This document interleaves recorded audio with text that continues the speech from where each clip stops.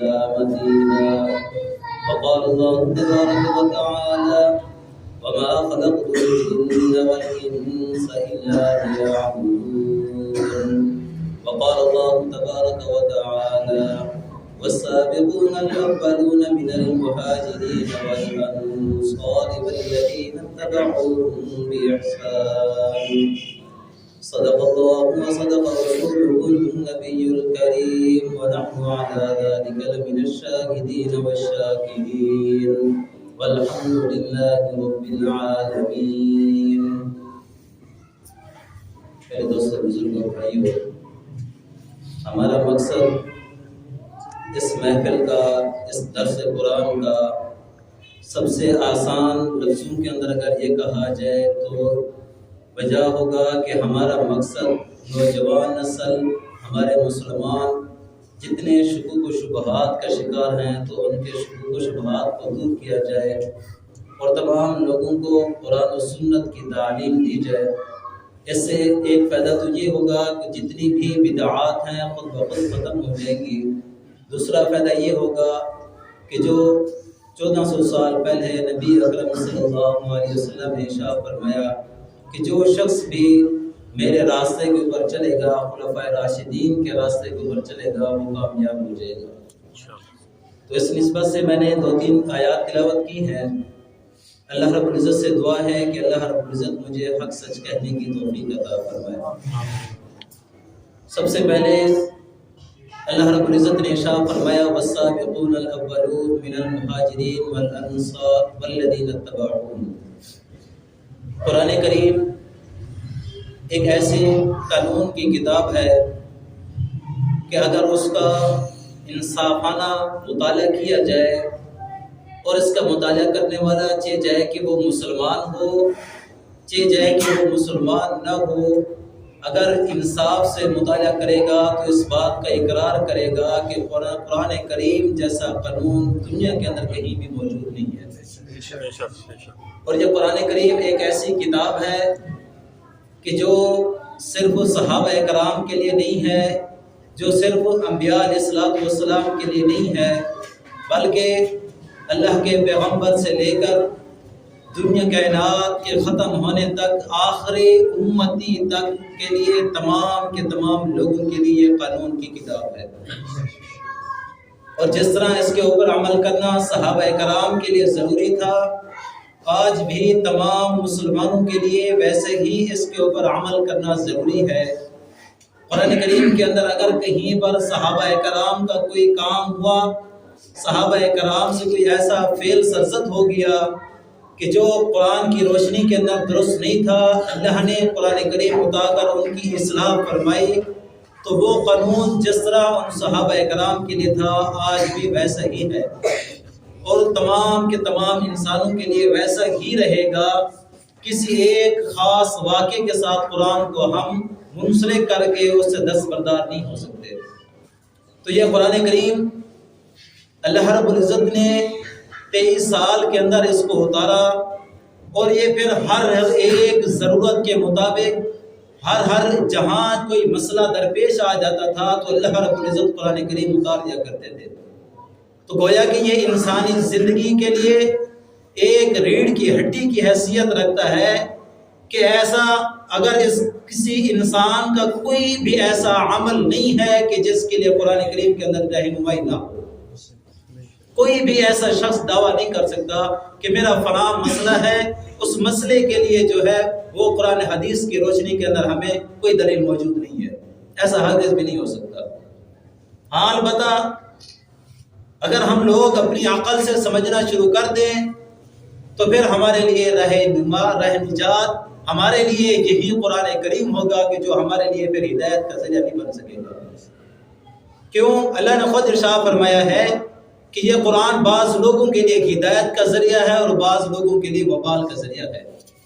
جو لوگ اللہ کے پیغمبر رسول اللہ صلی اللہ علیہ وسلم کے بتائے ہوئے طریقے کے مطابق اس قرآن کے اوپر عمل کرتے ہیں تو یہ قرآن ان لوگوں کے لیے ہدایت ہے. لیکن جو لوگ اپنے فلسفیانہ نظریے کے ساتھ مغربی تہذیب کو اپنے ساتھ لے کر چلتے ہیں اور کہتے ہیں کہ قرآن ہمارے منشور کے مطابق ہو، قرآن ہماری سوچ کے مطابق ہو تب ہم مانیں گے، تو ان لوگوں کے لیے پھر یہی قرآن وبال بن جائے گا، یہی لوگ ہوں گے اسی قرآن کو نہ سمجھنے کی وجہ سے کل قیامت کے دن جہنم میں پھینکے جائیں گے۔ اس وجہ سے اللہ کے پیغمبر نے جو زندگی ہمیں عطا فرمائی ہے، جو اللہ نے اعلان فرمایا لقد کان لکم فی رسول اللہ اسوۃ حسنہ، کہ اللہ کے پیغمبر تمہارے لیے اسوہ حسنہ ہیں، کہ تم ان کو دیکھ کر اپنی زندگی کے ہر عمل کو اپنی زندگی کے اندر اس کو بجا لا سکتے ہو۔ تو یہ اس صورت کے اندر ہوگا جب ہم رسول اللہ کو اسوہ حسنہ مانیں گے۔ رسول اللہ صلی اللہ علیہ وسلم نے ارشاد فرمایا، حدیث مبارکہ کے اندر آتا ہے، حضور نے ارشاد فرمایا کہ جو شخص کسی کام کو کسی نااہل کے سپرد کر دے تو پھر تم قیامت کا انتظار کرو۔ اب یہ اصول ایسا نہیں ہے کہ یہ ہماری دنیاوی زندگی کے اندر تو فٹ آتا ہو، قرآن تعلیم کے اندر فٹ نہ آتا ہو، ایسا ہرگز بھی نہیں ہے۔ اب اس میں تھوڑی مزید تشریح کرتا ہوں کہ دیکھو، ایک انسان ڈاکٹر ہے، وہ تمام اس کے آلات اس کی تعلیم سے واقف ہے، اس نے اپنی زندگی کھپائی ہے، اس علم کو حاصل کیا، اب وہ بیٹھ گیا ڈاکٹر بن کر ان لوگوں کو کیا کہتے ہیں کہ فائدے پہنچا رہا ہے، جو شخص بھی جاتا ہے اس کو فائدہ ہی مل رہا ہے۔ لیکن اگر ایک عام شخص جس نے ڈاکٹری کی تعلیم حاصل نہیں کی، اب جا کر وہ کلینک کھول لے اور جا کر بیٹھ جائے اور لوگوں کو کیا کہتے ہیں دوائی دینا شروع کر دے، تو ہر روز ایسے لوگوں کی حالاتیں ہوگی کہ انسان کا تصور بھی نہیں ہو سکتا۔ اسی طرح ایک عام انسان ہے، اس نے وکالت نہیں پڑھی ہوئی، لیکن جا کر اعلان کر دیتا ہے کہ آج سے میں وکیل ہوں اور تمام لوگوں کے میں مسائل دیکھوں گا، تو ہر شخص یہی کہے گا کہ یہ پاگل ہے، یہ عقل سے پیدا ہو چکا ہے، ایسے دعوے کر رہا ہے۔ لیکن جب ہم قرآن کی طرف آتے ہیں تو ہر شخص یہ دعویٰ کرنا شروع ہو جاتا ہے کہ جی قرآن کریم تو ہمارے لیے آسان کر دیا گیا، تو پھر اس کے اوپر ہمارا سمجھنے کا حق کیوں حاصل نہیں ہے؟ تو اسی بات کو یاد رکھیں، اللہ کے پیغمبر نے ارشاد فرمایا کہ جب کوئی کام بھی کسی نااہل کے سپرد کر دیا جائے گا تو پھر قیامت کا انتظار کرو۔ اس وجہ سے ہمیں چاہیے کہ جس طرح ہم دنیاوی معاملات کے اندر ان کے جو ماہرین ہیں ان کے اوپر جس طرح اعتماد کرتے ہیں اور کامیاب بھی ہوتے ہیں، ایسے ہی ہمیں دین کے اندر دین کے جو ماہرین ہیں ان کے اوپر اعتماد کرنا ہوگا، وگرنہ اس کے بغیر کوئی چارہ کار نہیں ہے۔ اور بعض لوگ اعتراض کرتے ہیں کہ جی اللہ کے پیغمبر کی حدیث بھی موجود ہے، قرآن کریم بھی موجود ہے، تو پھر اجتہاد کرنے کی کوئی ضرورت پیش آئے؟ تو اس کے لیے میں عرض کر دوں کہ اللہ کے پیغمبر کی حدیث کو ہی تم لوگوں نے نہیں سمجھا۔ اللہ کے رسول صلی اللہ علیہ وسلم جب حضرت معاذ بن جبل کو رضی اللہ تعالی عنہ کو یمن کے اندر بھیج رہے تھے، تو اس وقت اللہ کے پیغمبر صحابی رسول کے جن کی تربیت خود پیغمبر رسول فرما رہے ہیں۔ اور یہاں پر ایک اور بات بھی عرض کر دوں کہ سیدنا علی اور مرتضیٰ رضی اللہ تعالیٰ عنہ وہ شخصیت ہیں، وہ صحابی ہیں کہ جن کی تربیت خود اللہ کے پیغمبر نے فرمائی ہے۔ سبحان اللہ۔ یہ سیدنا علی اور مرتضیٰ رضی اللہ تعالیٰ عنہ کی بہت بڑی فضیلت ہے۔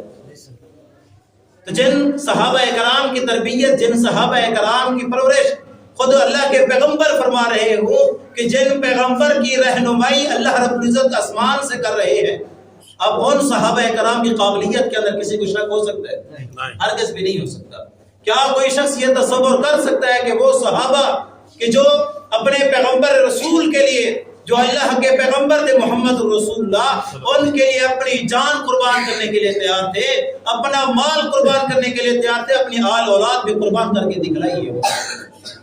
کیا ایسا شخص اللہ کے پیغمبر کے فرمان سے ہٹ کر کی بات کہہ سکتا ہے؟ ہرگز بھی ایسا نہیں ہو سکتا۔ تو حضرت معاذ بن جبل رضی اللہ تعالیٰ عنہ سے حضور ارشاد فرماتے ہیں کہ اے معاذ، وہاں جہاں رہے ہو تو وہاں جا کر فیصلے کیسے فرماؤ گے؟ تو انہوں نے عرض کی یا رسول اللہ، میں قرآن کریم کے اندر دیکھ کر فیصلے فرماؤں گا۔ تو اللہ کے پیغمبر نے فرمایا بہت اچھی بات ہے۔ پھر پوچھا کہ اگر قرآن کریم کے اندر وہ مسئلہ نہ پاؤ، اب اس بات کو پر توجہ کریں کہ اللہ کے پیغمبر ارشاد فرما رہے ہیں کہ اگر تم قرآن کریم کے اندر وہ بات نہ پاؤ تو پھر کیا کرو گے؟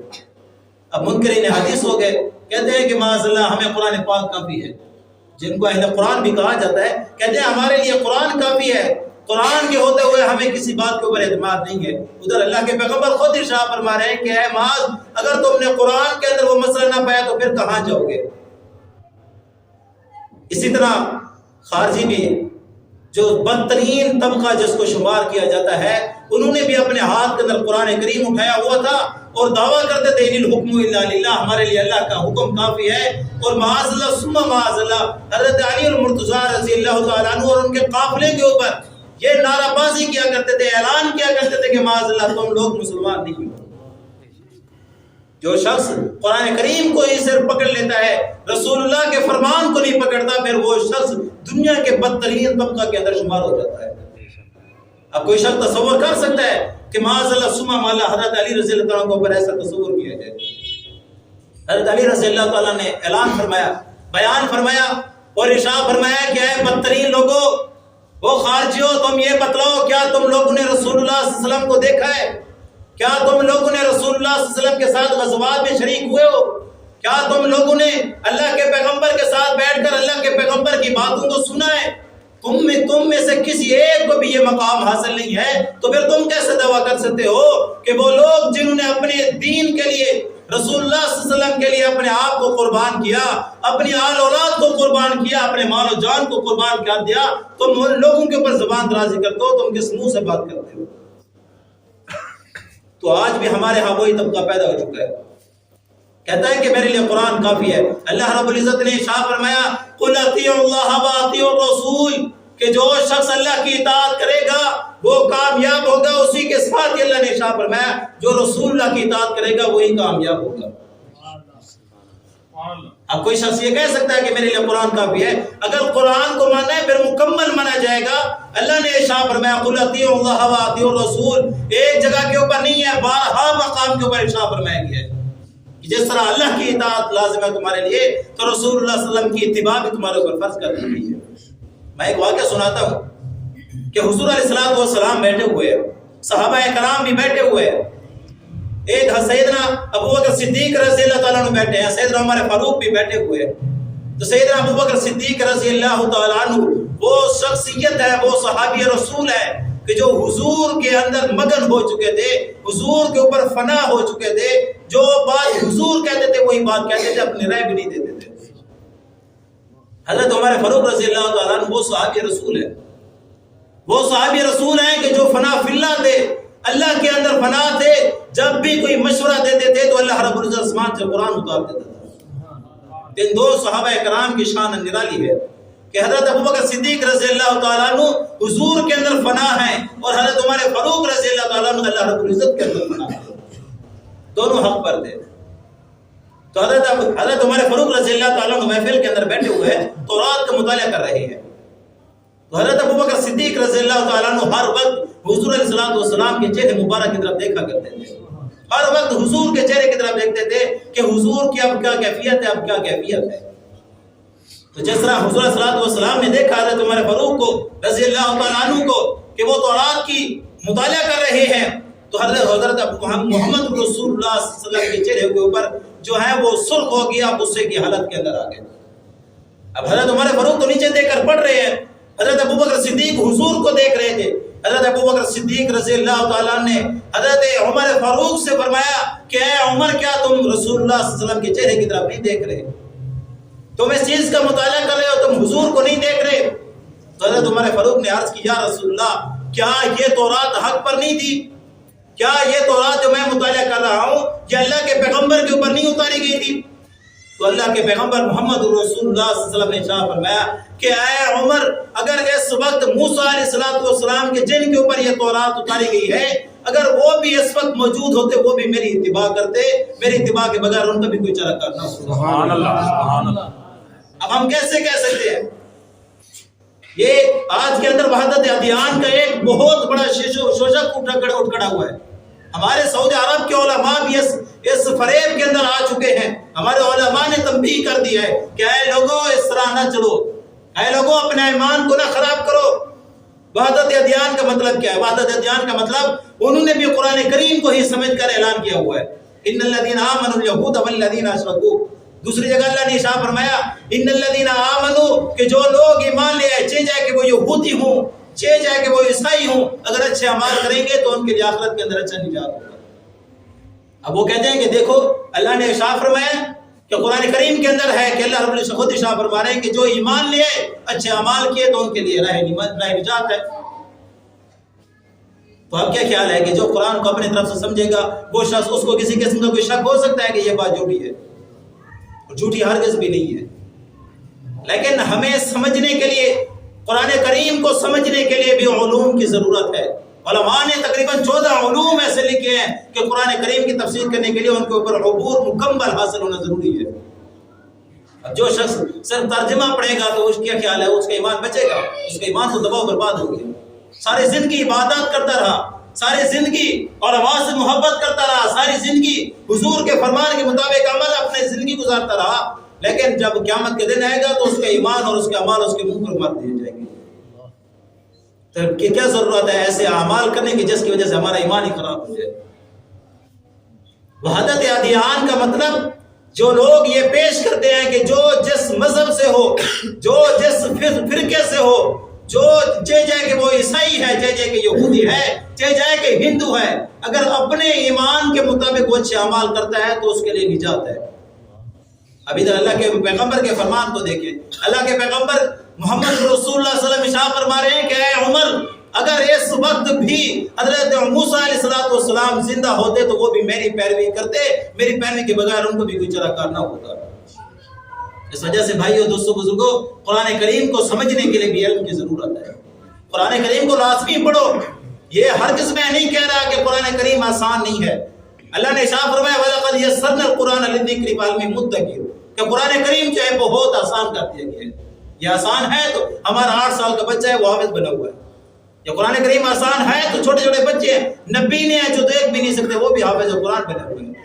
اس سے بڑھ کر اور کوئی چیز آسان ہو سکتی ہے؟ یہ پرائمری کا کوئی نورانی قاعدہ، جو پرائمری کے سپارے ہوتے ہیں، جو کتابیں ہوتی ہیں، کوئی بچہ تو دکھاؤ جس کو زبانی یاد ہو۔ 30 صفحات کی اوپر بھی اس کو یاد نہیں ہوگی، لیکن ادھر دیکھیں قرآن کریم 30 پارے ہیں کہ ایک آنکھوں سے بھی نبی نہ بچا ہے، اس نے بھی اس کو حفظ کیا ہوا ہے۔ اس سے بڑھ کر اور کیا آسان ہو سکتا ہے؟ لیکن ساتھ ساتھ اللہ نے یہ بھی ارشاد فرمایا قُلْ هَلْ يَسْتَوِي الَّذِينَ يَعْلَمُونَ وَالَّذِينَ لَا يَعْلَمُونَ، کہ جاننے والے اور نہ جاننے والے یہ ہرگز بھی آپس میں برابر کبھی بھی نہیں ہو سکتے۔ اور دوسری جگہ ارشاد فرمایا اللہ رب العزت نے وَتِلْكَ الْأَمْثَالُ نَضْرِبُهَا لِلنَّاسِ وَمَا يَعْقِلُهَا إِلَّا الْعَالِمُونَ، کہ اللہ رب العزت فرماتے ہیں کہ ہم نے جو مثالیں بیان کی قرآن کریم کے اندر، جو احکامات بیان کیے، یہ ہر شخص نہیں سمجھ سکتا مگر یہ کہ وہ الا للعالمون، مگر وہ لوگ جو علم رکھتے ہیں وہ لوگ اس کو جانتے ہیں۔ اب اگر ہم کہہ دیں کہ بھئی قرآن کریم کو پڑھو، صحیح ترجمے کے ساتھ پڑھو، سمجھو بھی، لیکن کسی اہل علم میں سے کسی مستند، کسی معتبر عالم دین کی رہنمائی کے اندر اس کو حاصل کریں، تو وہ کہتے ہیں کہ دیکھو جی قرآن سے روک رہا ہے، دیکھو جی یہ لوگ قرآن کو سمجھنے سے، قرآن کو پڑھنے سے منع کرتے ہیں۔ ہرگز بھی ہم نے کبھی منع نہیں کیا، آج بھی ہم منع نہیں کرتے۔ ہم تو یہ کہتے ہیں کہ قرآن کریم کو سمجھو، سمجھ کر پڑھو، سمجھ کر پڑھنے سے اللہ رب العزت اس وہاں بھی زیادہ تھا۔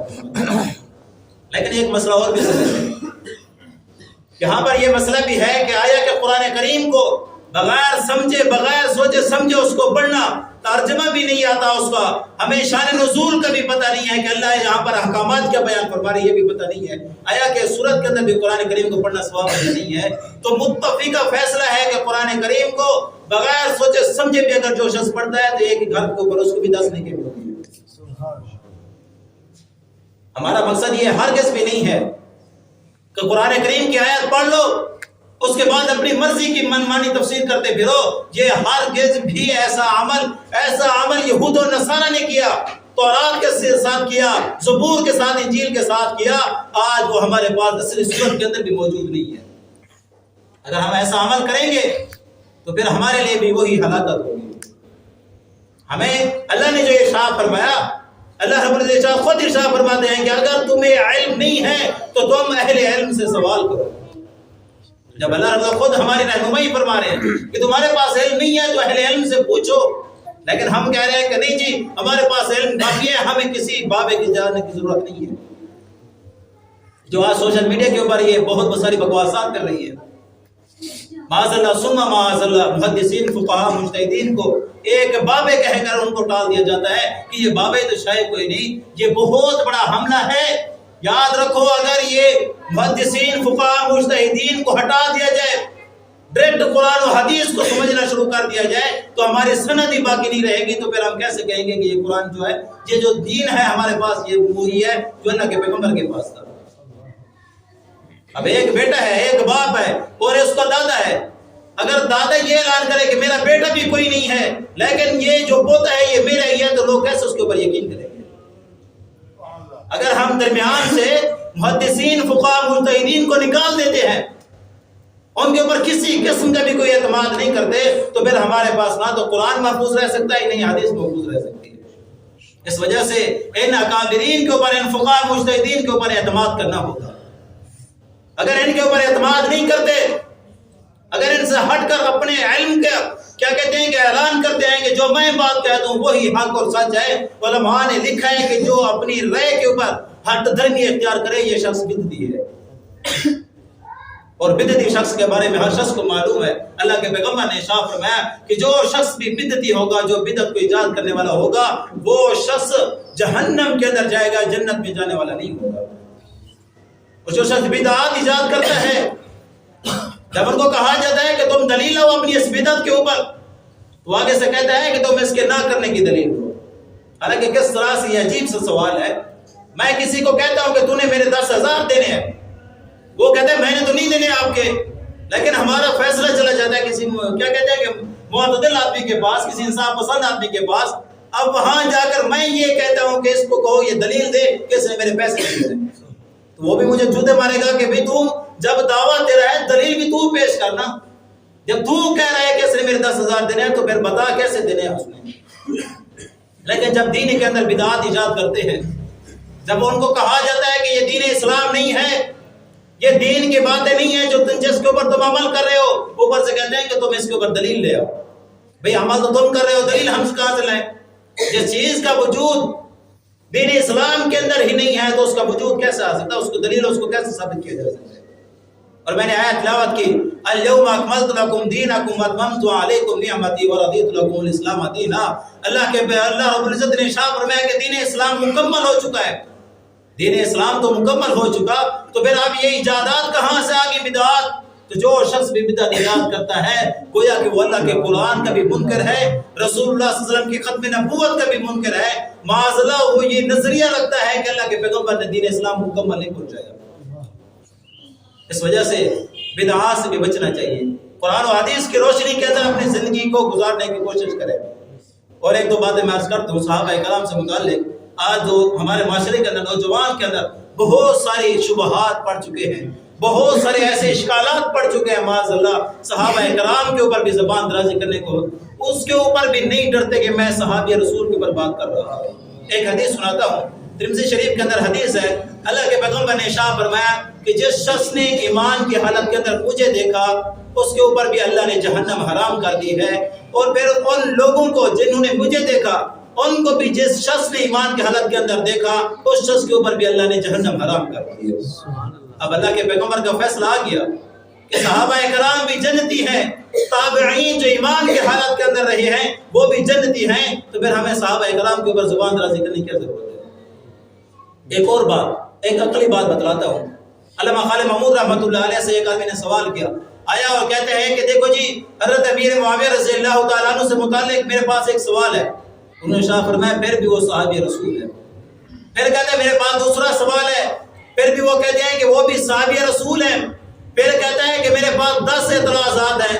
وہ شاہ فرماتے ہیں کہ پھر بھی وہ صحابی رسول ہے. وہ کہتے ہیں یہ کیا بات ہوئی کہ میرے پاس اعتراضات ہیں، تم کہتے ہو وہ صحابی رسول ہے. تو انہوں نے ایک اصول بیان کیا جو آج ہمیں یاد رکھنا چاہیے. انہوں نے ارشاد فرمایا کہ دیکھو ایک مقام ہے ارتقائی مقام کہتے ہیں کہ نیچے سے آدمی اوپر جاتا ہے. جب عالم بنتا ہے آدمی تو سب سے پہلے نورانی قاعدہ پڑھتا ہے، پھر قرآن کریم پڑھتا ہے، پھر ایک ایک کتاب کر کے پڑھتے تو اس کا ایک مقام بن جاتا ہے. اسی طرح ڈاکٹر ہے، شروع کے اندر چھوٹے چھوٹے سکولوں کے اندر جاتا ہے، وہاں سے پڑھتے اپنے ایک مقام کے اوپر جا پہنچتا ہے. لیکن صحابہ کرام وہ صحابہ ہیں کہ جن کو یہ صحابیت کا مقام عطا ہی ہے. اللہ نے ان کو چن لیا، اللہ نے ان کو یہ مقام عطا فرمایا ہے جو ارتقائی ہو، جو خود محنت کر کے حاصل کیا جائے اس کے اوپر اعتراض کیا جا سکتا ہے، لیکن جو اللہ کی طرف سے نازل کردہ ہو اس کے اوپر اعتراض نہیں کر سکتا۔ سبحان اللہ۔ صحابہ کرام کو صحابہ کا جو مقام ہے وہ تو اللہ کی طرف سے ان کو ملا ہے۔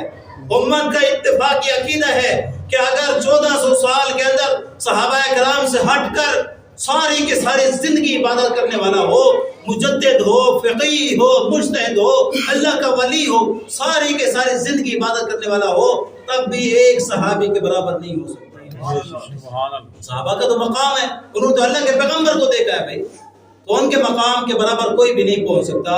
ایک اور بات بھی میں کہہ دوں کہ صحابہ کرام کے آپس کے اندر جو جھگڑے ہوئے ہیں، صحابہ کرام کے آپس کے اندر جو لڑائیاں ہوئی ہیں، ان کی مثال ایسے سمجھو کہ جیسے اندھیری چلتی ہے، آندھی بہت زیادہ زور کے ساتھ چلتی ہے تو درخت کی جو ٹہنیاں ہوتی ہیں وہ ایک دوسرے کو لگتی ہے۔ اب کوئی شخص بھی دور کھڑا ہونے والا یہ نہیں کہتا کہ دیکھو دی درخت کی ٹہنیاں آپس میں لڑ رہی ہے، کوئی کہتا ہے؟ ہرگز بھی کوئی نہیں کہتا۔ ایسے ہی صحابہ کرام کے جو ایسے واقعات رونما ہوئے ہیں ان کو بھی مشاجرات کہا جاتا ہے کہ ان کے اوپر بھی ہمیں حق حاصل نہیں ہے کہ ان کے اوپر بھی ہم یہ کہیں کہ وہ آپس میں لڑ رہے ہیں۔ ایک اور بات، صحابہ کرام جتنے بھی ہیں، سیدنا علی المرتضیٰ رضی اللہ تعالیٰ عنہ، سیدنا امیر معاویہ رضی اللہ تعالیٰ عنہ، ان دونوں کی جو آپس کے اندر لڑائیاں ہوئی ہیں وہ ذاتی تھی، دین اسلام کے اندر نہیں تھی۔ یہ معاملہ نہیں تھا کہ وہ معاذ دین سے ہٹ گئے۔ حضرت علی المرتضیٰ رضی اللہ تعالیٰ عنہ کا بیان موجود ہے، صرف ہماری کتابوں میں موجود نہیں ہے، تمام کتابوں میں موجود ہے، چاہے کہ رافضیت کی کتابیں بھی اٹھا دو ان کے اندر بھی موجود ہے۔ حضرت علی رضی اللہ تعالیٰ نے ارشاد فرمایا، ان سے کہا گیا کہ تم ان لوگوں کے بارے میں کیا نظریہ رکھتے ہو؟ حضرت علی رضی اللہ تعالیٰ نے ارشاد فرمایا کہ وہ ہمارے بھائی ہیں، ان کا خدا بھی ایک ہے، ہمارا خدا بھی ایک ہے، ان کا پیغمبر بھی محمد رسول اللہ ہے، ہمارا پیغمبر بھی محمد رسول اللہ ہے، ان کا قرآن بھی یہی ہے جو ہمارا قرآن ہے، مگر وہ ہمارے اوپر چڑھ دوڑے ہیں بعض لوگوں کے اشکالات کی وجہ سے، بعض اعتراضات کی وجہ سے، خارجیوں کی وجہ سے جنہوں نے فساد برپا کیا ہوا تھا۔ تو جب حضرت علی رضی اللہ تعالیٰ عنہ اپنے مخالفین کو بھائی کہہ رہے ہیں تو پھر ہم کون ہوتے ہیں ان کے اوپر جہنم کو فتویٰ دینے والے؟ ایک بات ذہن میں رکھیں کہ اگر کسی ایک صحابی کے بارے میں چاہے جائے کہ وہ چھوٹا سے چھوٹا ہی صحابی کیوں نہ ہو، اس کے بارے میں چھوٹا سا بھی اگر دل کے اندر شکوک و شبہات رکھے، بغض رکھا، تو ہمارا ایمان خراب ہو جائے گا، ہمارا ایمان ختم ہو جائے گا۔ اللہ نے ارشاد فرمایا فَإِنْ آمَنُوا بِمِثْلِ مَا آمَنْتُمْ بِهِ فَقَدِ اهْتَدَوْا، کہ اگر تم لوگ چاہتے ہو کہ ایمان والے ہو جاؤ تو پھر تم بھی ان صحابہ کرام جیسے ایمان لے آؤ۔ اگر صحابہ کرام جیسے ایمان نہیں لائیں گے تو پھر ہمارے لیے کوئی نجات نہیں ہوگی، ہمارے لیے کسی قسم کا بھی کوئی عمل ہمارا قابل قبول نہیں ہوگا۔ اللہ رب العزت سے دعا ہے کہ اللہ رب العزت ہمارے ایمانوں کو بھی محفوظ فرمائے، اور اللہ رب العزت ہمیں صحابہ کرام سے بھی محبت کرنے کی توفیق عطا فرمائے، اور اہل بیت اور صحابہ کرام کے متعلق ہمارا عقیدہ کیا ہے۔ اللہ کے پیغمبر نے ارشاد فرمایا جو صحابہ کرام ہیں یہ آسمان کے ستارے ہیں، اور جو اہل بیت ہیں یہ کشتی ہے کہ جو اس کشتی کے اندر سوار ہو جائے گا وہ کامیاب ہو جائے گا۔ ہم اس کو تطبیق دیتے ہیں، ان کو ملاتے ہیں کہ دیکھو پہلے زمانے کے اندر لوگ سمندروں کے اندر سفر کیا کرتے تھے، کشتی کے اوپر بیٹھتے تھے تو آسمان کے ستاروں کو دیکھ کر سفر کیا کرتے تھے۔ آج بھی ہم لوگ حضور علیہ الصلوۃ والسلام کے گھرانے اہل بیت کی کشتی کے اوپر ان سے محبت کرتے ہوئے ان کے ساتھ کھڑے ہوں گے، اور صحابہ کرام ستارے سمجھ کر ان کو بھی دیکھتے چلیں گے، اور صحابہ اہل بیت کو بھی اپنے پاس رکھیں گے۔ انشاءاللہ امید ہے کہ ہم کامیاب ہو جائیں گے، ہمارا ایمان بھی محفوظ ہوگا۔ اگر ایک کو پکڑا، کشتی کو پکڑ لیا، آسمان کے ستاروں کو نہ دیکھا، سمندر میں غرق ہو جائیں گے۔ اگر آسمان کے ستاروں کو دیکھا لیکن کشتی کے اوپر نہ بیٹھے تب بھی ہم غرق ہو جائیں گے، پھر ہمارے لیے کوئی راہ نجات نہیں ہوگی۔ ایک اور کہ لوگ اعتراض کرتے ہیں، بار بار اعتراض کرتے ہیں کہ معاذ اللہ حضرت امیر معاویہ رضی اللہ تعالیٰ عنہ اور یزید ملعون سے متعلق تمہارا کیا عقیدہ ہے؟ تو ہمارا اہل سنت والجماعت کا متفق عقیدہ یہ ہے کہ جو عقیدہ حضرت امیر معاویہ سے متعلق حضرت حسن کا تھا کہ انہوں نے ان کی بیعت کی تھی، ہم بھی ان کی بیعت کرتے ہیں، اور جو بات یزید کے متعلق حضرت حسین کی تھی کہ وہ ان کے خلاف برسر اقتدار ہوتے ہوئے بھی ان کے خلاف اعلان جنگ کر دیا تھا، آج ہم بھی ان کے خلاف اعلان جنگ کرتے ہیں۔ یزید کے ساتھ ہم کبھی بھی نہیں تھے، نہ ہی کبھی ان کے ساتھ ہوں گے، ہم حضرت حسین کے ساتھ ہیں، ادھر حضرت حسن کے ساتھ ہیں. حضرت حسن نے امیر معاویہ رضی اللہ عنہ کی بیعت کی, ہم بھی ان کی بیعت ہوتے ہیں. انہوں حضرت حسین نے یزید کے خلاف جنگ کیا, ہم بھی یزیدوں کے خلاف جنگ کریں گے, ان کے ساتھ کبھی بھی نہیں بیٹھیں گے, نہ یہ کبھی ان کے ساتھ کھڑے ہوں گے. اللہ رب العزت سے دعا ہے کہ جو کچھ کہا گیا اس کے اوپر عمل کرنے کی توفیق عطا فرمائے. وآخر دعوانا الحمدللہ رب العالمین.